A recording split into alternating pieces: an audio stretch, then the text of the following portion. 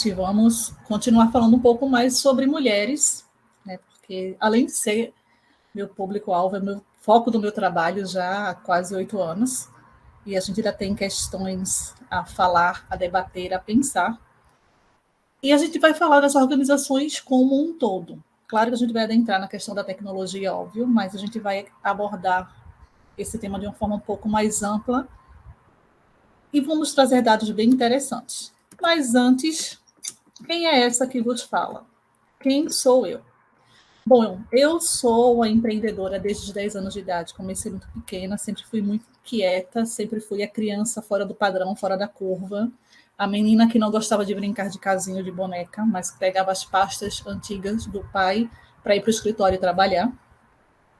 E que sempre quis ser mãe do Nicolas, como eu dizia desde criança. Um dia eu vou ter um menino, ele vai se chamar Nicolas. Bom, hoje eu tenho um Nicolas que já está com 19 aninhos. Sou palestrante internacional, já com 15 anos de experiência, já palestrei em grandes e pequenas empresas, grandes e pequenos eventos. Eu amo palestrar, amo trocar conhecimento com as pessoas. Eu sempre digo que quando eu vou palestrar, eu estou ali numa troca. Eu gosto de falar, mas também gosto de ouvir. Sou mentora de mulheres empreendedoras, auxilio essas mulheres a se sentirem mais seguras, mais confiantes, ajudo a trabalhar muito o lado psicológico e emocional delas, mostrando que se elas não estiverem bem, seus negócios também não estarão bem. Sou a fundadora da primeira rede de mulheres empreendedoras aqui do estado de Pernambuco, que foi fundada em 2015, a Rede Ela Empreendedora, através da qual realizamos o Congresso Internacional de Empreendedorismo e Liderança Feminina, que vai para a sua 3ª edição este ano. Um trabalho lindo, desafiador, mas que eu amo demais. E sou a cofundadora da primeira cooperativa de palestrantes do Brasil, a cooperativa Conexão Novo Mundo, uma ideia que surgiu de um encontro de amigos, palestrantes, mentorados pelo Robertinho Chique, e para ajudar uma colega que precisava receber um dinheiro de uma palestra que fez para uma empresa no exterior, surgiu a ideia, inicialmente como uma brincadeira, e aí ficou muito séria e nasceu a primeira cooperativa de palestrantes do país. Mas vamos lá. Vamos começar com uma reflexão importante. Segundo o relatório do Fórum Econômico Mundial de 2019, se nós continuarmos na evolução das pautas relativas à participação da mulher no mercado de trabalho, como está indo até agora, a tão sonhada e tão falada igualdade de gênero só se dará no ano de 2276. Iris, o que isso significa? Muito simples. A gente está indo lento demais. A gente está deixando de lado a importância da equidade, da igualdade de gênero, de deixar muito claro que homens e mulheres têm, sim, os mesmos direitos, são igualmente importantes e precisam ser tratados da mesma forma. Que as mulheres merecem e precisam ter as mesmas oportunidades. Existe outro estudo da Universidade de Mackenzie que, agora, após a pandemia, eu preciso até ver se eles atualizaram, a última vez que eu olhei não estava atualizada, mas se, segundo eles, o mercado mundial investisse na equidade de gênero nas empresas, até o ano de 2029, nós teríamos injetado na economia mais de 2 trilhões de dólares, 2 bilhões de dólares, desculpa. Gente, isso é muito. Isso é muito.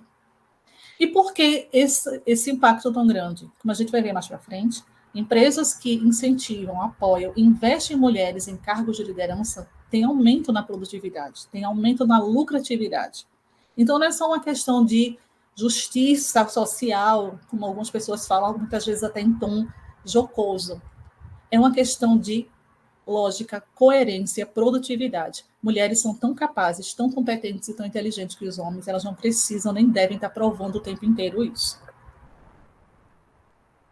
Um levantamento que foi feito pela OIT demonstra que, dentro de 451 empresas que foram entrevistadas nos Estados Unidos e na Austrália, 71% relataram ter tido um aumento de 5 a 15% na sua lucratividade, tendo mulheres nos cargos de liderança. Ou seja, os benefícios acontecem, gente, eles são reais, são inegáveis.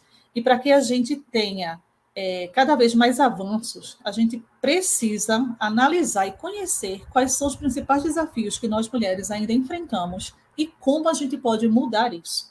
Como a gente pode mudar a visão, mas principalmente como a gente pode mudar isso na prática. É uma realidade, as mulheres estão cada vez mais ocupando as mais diversas áreas de atuação no mercado de trabalho, ainda são a grande maioria da força de trabalho, mas são também a grande minoria nos cargos de gestão, liderança e CEOs. Isso precisa ser mudado. Mas, Iris, quais são os principais desafios? O que é que realmente acontece, o que realmente impede, o que as mulheres, na prática, estão vivenciando ainda em pleno século XXI? Bom, gente, a gente começa com a diferença salarial, coisa que a gente sempre escuta, sempre vê, debater e tal, mas nunca muda. E a gente vê que as mulheres brancas em relação aos homens brancos recebem até 60% do salário, corresponde a 60% do salário dos homens. Se essa mulher for negra, só vai corresponder a 40% do salário de um homem branco. Essa diferença ela é muito grande, ela tem uma disparidade vergonhosa, porque ela dá a entender que, peraí, você pode até exercer no mesmo cargo que eu, mas você não merece, você não é tão competente, tão boa, tão qualificada quanto eu. Na prática é assim que funciona. É esse o sentimento que passa. Ué, se uma mulher está dentro de uma empresa, se uma mulher está ali naquele mesmo cargo, mostrando que ela tem sim habilidade, conhecimento e competência, por que ela tem que receber menos? Por que o salário dela tem que ser menor? E por que ela tem que aceitar aquilo como normal e ficar calada e todo o sistema achar que está tudo bem? Não está tudo bem. Isso é desrespeitoso para o profissional, seja ele homem ou mulher. E a gente precisa começar a repensar isso o quanto antes. E não há dúvida, as mulheres estão em todos os cargos exercendo as mesmas funções que os homens. Sejam nas empresas, nas indústrias, no comércio, na agricultura. E por que tanta disparidade? Por que tanta dificuldade para que elas tenham o mesmo reconhecimento? E eu vou pedir licença para vocês para dar uma pausa aqui, que eu lembro de uma história.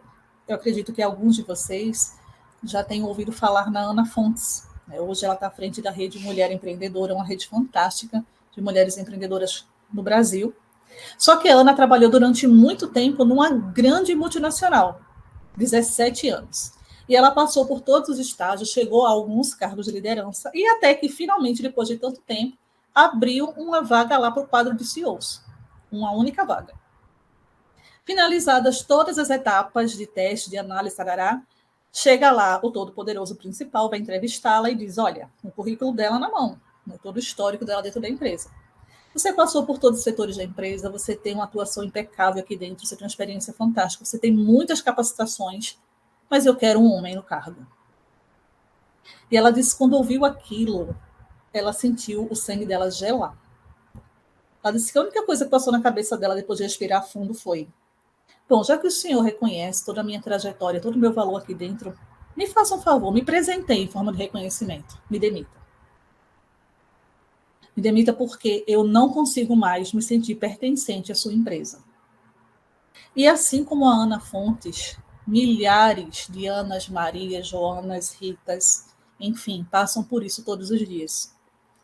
Porque são mulheres, não são dignas, na visão de muitos homens, de assumirem determinados cargos.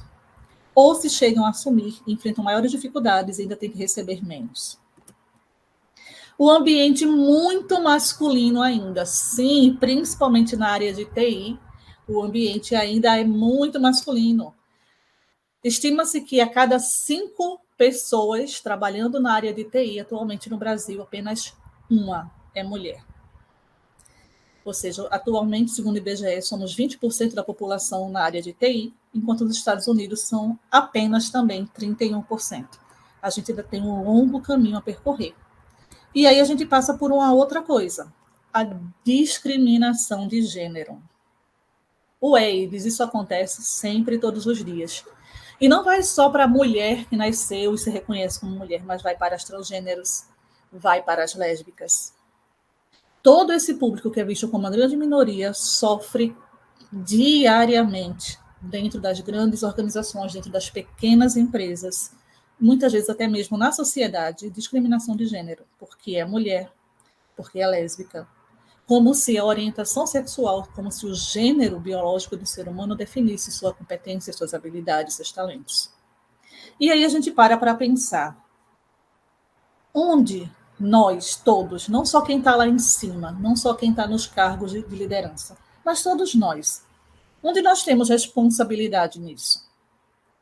A gente cresce num ambiente altamente machista, ouvindo coisas o tempo todo, e até mesmo certas brincadeiras e piadinhas que ao longo da vida a gente escuta tanto que vai achando que aquilo é normal. E muitas vezes, sem perceber, a gente repete determinadas piadinhas, determinados comentários, como: nossa, como mulher você é muito boa nisso. Nossa, mas para ser uma mulher ela é muito competente. Que mulher macho. Oi? Quer dizer que uma mulher, pelo fato de ser mulher, ela não pode ter autoridade, liderança, sabedoria, ela não tem capacidade. E se ela for trans ou lésbica, menos ainda, onde está escrito isso? Onde isso é uma verdade? E é muito triste quando muitas vezes a gente escuta comentários como esses vindo de outras mulheres. E a gente sabe que, infelizmente, é algo que ela cresceu ali ouvindo tanto, que ela cresceu achando que aquilo é normal. Mas não é normal. Isso é mais uma forma discriminatória, mais uma forma de diminuir e subjugar as mulheres. E nós, como mulheres, que somos as responsáveis pela educação, pela criação principal, não que os pais não sejam importantes, eles são, mas as mulheres acabam passando mais tempo com os filhos, a gente precisa ter o cuidado de evitar reproduzir determinados comportamentos e frases que a gente cresceu achando que era normal, só que hoje a gente entende que não são, que são nocivos. E as novas gerações também estão despertando mais para isso, mas ainda está um despertar muito lento. A gente ainda precisa esclarecer muitas coisas, abrir muito os olhos, expandir a consciência para entender que discriminação não é legal. Se a sua brincadeira faz o outro se sentir diminuído, machucado, se a tua brincadeira constrange o outro, ela não é brincadeira. Se o teu comentário é diminuindo alguém achando que está elogiando, não é um elogio.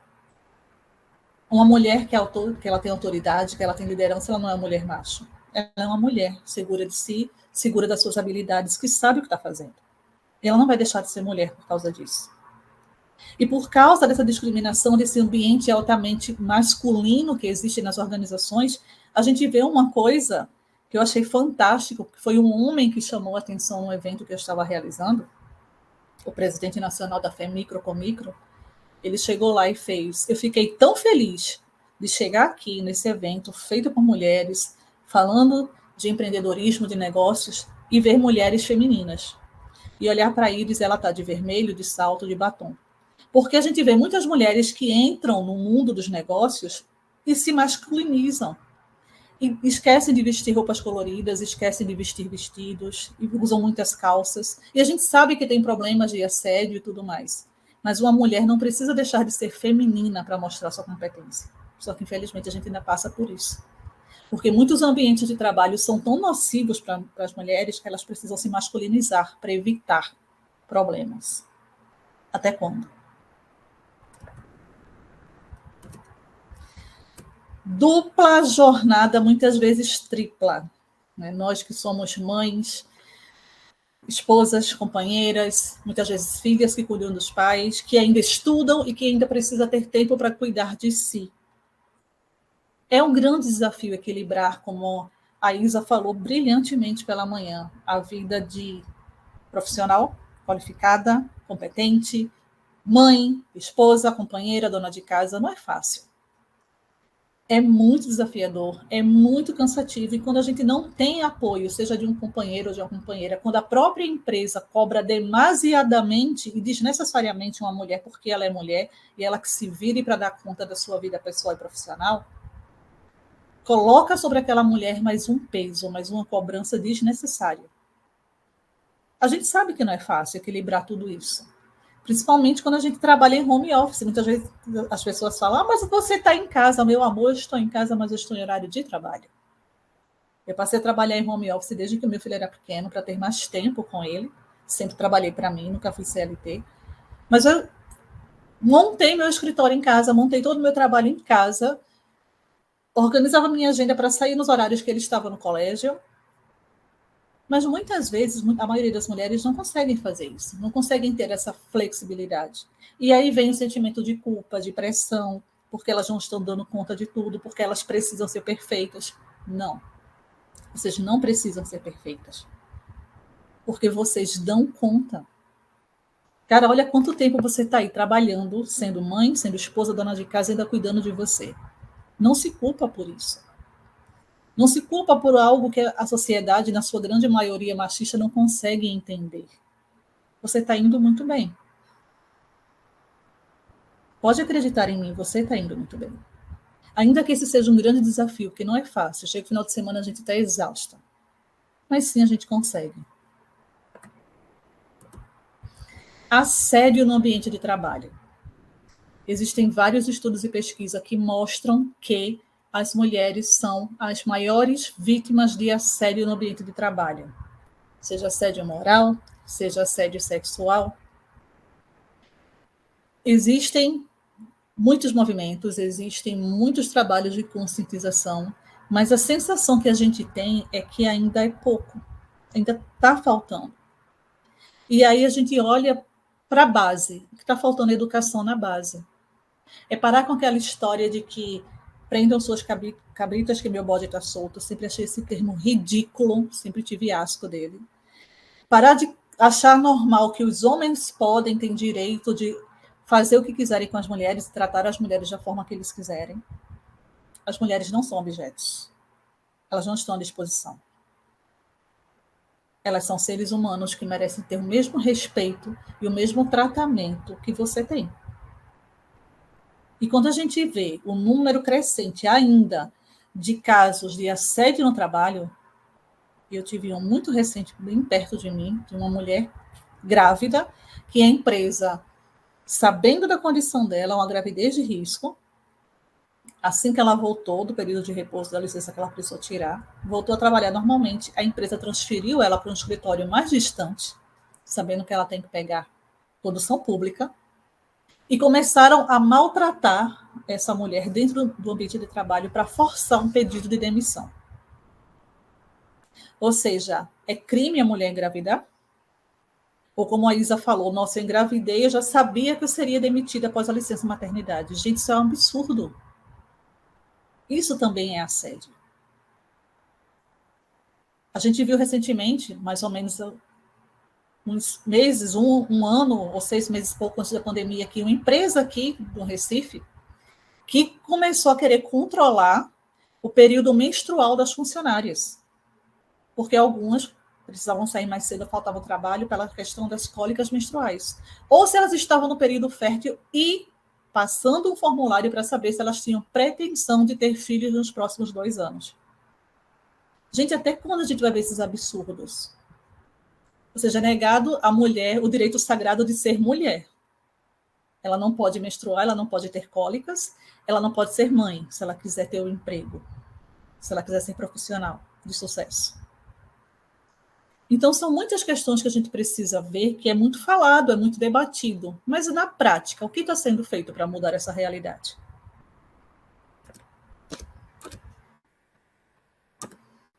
Cultura pouco inclusiva. E aqui eu vou abrir o leque. A gente fala muito da questão das mulheres, do assédio, mas como o Felipe levantou agora há pouco, e os demais?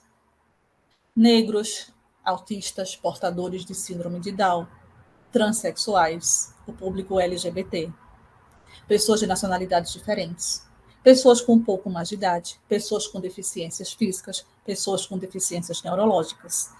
O que as empresas estão fazendo na prática para acolher esses profissionais? Quais são os programas de inclusão na prática que acontecem? Quais são realmente as aberturas que esses públicos têm para crescer dentro da empresa? Não apenas, não, está aqui, está empregado, assumir um cargo. E um plano de carreira para esse público. Oportunidade de crescimento, de aperfeiçoamento. Oferecer uma vaga de emprego, talvez uma das mais simples, é muito bonitinho. E o depois? A empresa está realmente preparada para receber pessoas com autismo, com síndrome de Down, com deficiências físicas, com deficiências neurológicas? Pessoas um pouco mais velhas que não vão ser constrangidas por piadinhas e comentários inúteis e desnecessários? E qual o plano de carreira para o crescimento desses profissionais de dentro das organizações? Então, a gente precisa ver que esse tema ele é muito amplo. Existem muitas vertentes. E que é muito triste, a gente ainda está vendo que a gente ainda precisa evoluir nisso. Nossa, tanto avanço tecnológico, tanto avanço nas mais diversas áreas e tão pouco avanço na empatia, na compreensão do se colocar no lugar do outro, do ver realmente a necessidade do outro, fazer o outro pertencer. Até quando?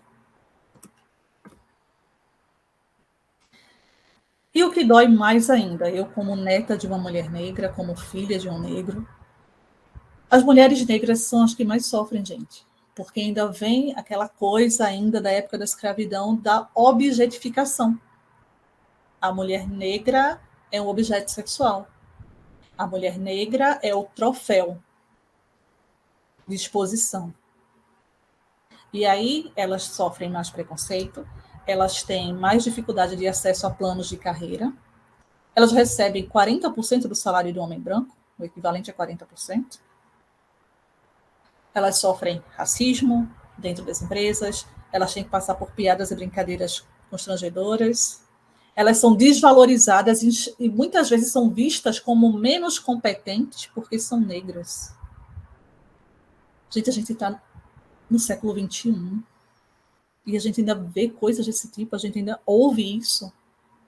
E muitas vezes a gente vê isso na prática e acha que ainda é normal, ou só agora a gente está parando para pensar, pera, isso é injusto, isso não pode acontecer. Quando já deveriam existir políticas, práticas, acompanhamentos dentro das empresas para que isso já tivesse sido exterminado. Mas a gente está aqui, em 2023, falando e refletindo sobre isso. Num país em que a grande maioria da população é de origem negra, e ainda passar por coisas como essas. Ah, Iris, mas os homens também. Sim, os homens também. Os homens negros recebem menos, os homens negros sofrem mais assédio, os homens negros muitas vezes são os primeiros a ser demitidos. A gente sabe disso. Só que os homens negros não são objetificados. Não são perseguidos ou são obrigados a se portar de uma maneira sensualizada, muitas vezes. Então, a gente precisa rever muitas das práticas no nosso dia a dia. Olhar mesmo, não só as lideranças, principalmente as lideranças, sim, mas todos os pontos, todos os degraus dentro das organizações. Porque todos nós temos nossa parcela de responsabilidade por essas coisas ainda acontecerem dentro das organizações. E aí a gente olha para as mulheres trans, para as lésbicas, e a gente vê que elas são uma minoria ainda maior que a minoria que somos as mulheres. E que elas são ainda as maiores vítimas de preconceito, que são as que mais têm dificuldade de ter oportunidade em várias áreas, em vários empregos, em várias organizações, que são as mais maltratadas, perseguidas, as maiores vítimas de assédio, as que têm que ouvir piadinhas e achar que é normal ou relevar para não ser, coitadinha, mas porque é lésbica ou trans, ninguém pode falar nada. Cara, se você é ofensivo, não importa se é homem, mulher, gay, lésbica, trans, é ofensivo e ponto. Se você não quer ser desrespeitado, respeita. Foi uma das lições mais preciosas que a minha avó me deu. Você quer respeito? Respeite. E principalmente aqueles que, na sua visão distorcida, são diferentes ou menores que você. Diferentes todos nós somos, graças a Deus. Se você parar para pensar, somos mais de 7 bilhões de pessoas no planeta. Se você for procurar, meu anjo, não vai existir nenhuma, absolutamente nenhuma, totalmente igual a você. E que bom. Aí só porque aquelas pessoas não se enquadram nos seus padrões, você acha que tem o direito de diminuir, de menosprezar, que elas não têm direito às mesmas oportunidades de trabalho, de crescimento, de desenvolvimento, de ter uma carreira de sucesso? Por quê? São profissionais, são competentes, são qualificadas, mas, acima de tudo, são seres humanos. E têm os mesmos direitos que qualquer um de nós, de ter um trabalho digno, de ter salários dignos e de ser tratado com respeito e dignidade, principalmente nos ambientes de trabalho. Então, vamos relembrar um pouquinho do que a gente falou aqui, para memorizar mesmo e levar para a prática. Em um levantamento feito pela OIT, 71% das empresas entrevistadas nos Estados Unidos e na Austrália relataram um aumento de 5 a 15% na sua lucratividade, tendo mulheres em cargos de liderança. O mesmo levantamento apontou que as mulheres brancas recebem, em média, 60% do salário de homens brancos, enquanto as mulheres negras recebem apenas 40% desse salário. E dentre as maiores empresas brasileiras, apenas 11% dos cargos executivos são ocupados por mulheres. E, no total, apenas 0,4% desses cargos executivos são ocupados por mulheres negras. E essa fonte é do Instituto Ethos, que está sempre fazendo essas pesquisas e atualizando. E sempre que eu vejo esses dados, eu me assusto. E, particularmente, eu sinto muita vergonha disso. Um país tão grande, com tantos avanços tecnológicos nas várias áreas que existem, com os maiores portos tecnológicos do país, e a gente ainda vê coisas como essa. É difícil assimilar. 1 a cada 5 pessoas na área de tecnologia é mulher. Dessas, 81% das mulheres que atuam nas áreas de TI já sofreram preconceito de gênero, ou seja, preconceito pelo simples fato de ser mulher. E, segundo as mulheres que foram entrevistadas nessa mesma pesquisa, um dos maiores impasses que elas passam é a necessidade de provar sua competência a todo momento. Ué, gente, por que uma mulher tem que provar que é competente, que é capaz de trabalhar na área de tecnologia? Se o primeiro código de computador foi criado por uma mulher, se as mulheres foram pioneiras no desenvolvimento da tecnologia e da tecnologia da comunicação no mundo, se mulheres são aquelas que mais frequentam as escolas, as faculdades e cursos de especialização. E quando a gente para pensar e olha para trás, isso já começa na criação.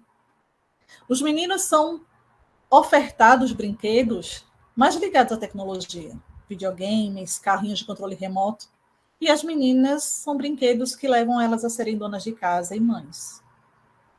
E aí, quando elas vão estudar, quando elas despertam interesse para áreas de exatas, todo mundo se espanta. Por quê?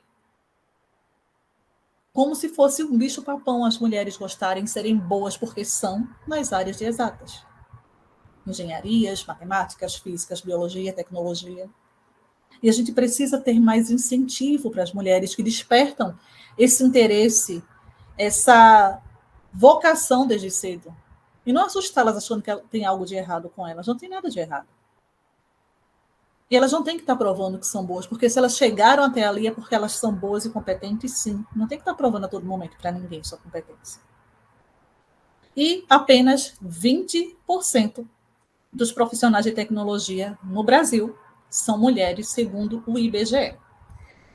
O bom é que elas têm usado esse crescimento, que, por incrível que pareça, foi um crescimento em alguns anos, mas elas estão usando esse pequeno crescimento para se posicionar e garantir mais espaço para outras mulheres nas áreas de tecnologia.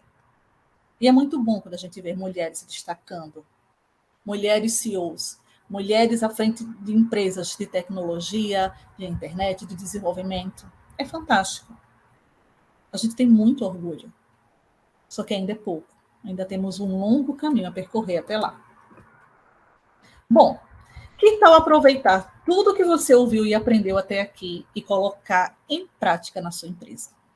Como eu posso repensar na prática tudo que está sendo debatido aqui ao longo desse dia, de inclusão, de diversidade? Porque debater e conversar é massa, mas colocar em prática já é um pouco mais difícil, porém é muito melhor, porque é só na prática que a gente vai ver os resultados reais acontecerem. Bom, gente, gratidão. Eu espero ter contribuído e eu espero que eu tenha ajudado a expandir um pouquinho mais a mentalidade de vocês em relação a tudo que a gente tratou até aqui. E aí estão meus contatos, meu e-mail, meu Instagram da Rede Ela Empreendedora, e podem me comunicar que eu sempre terei o maior prazer em responder. Gratidão a cada um de vocês.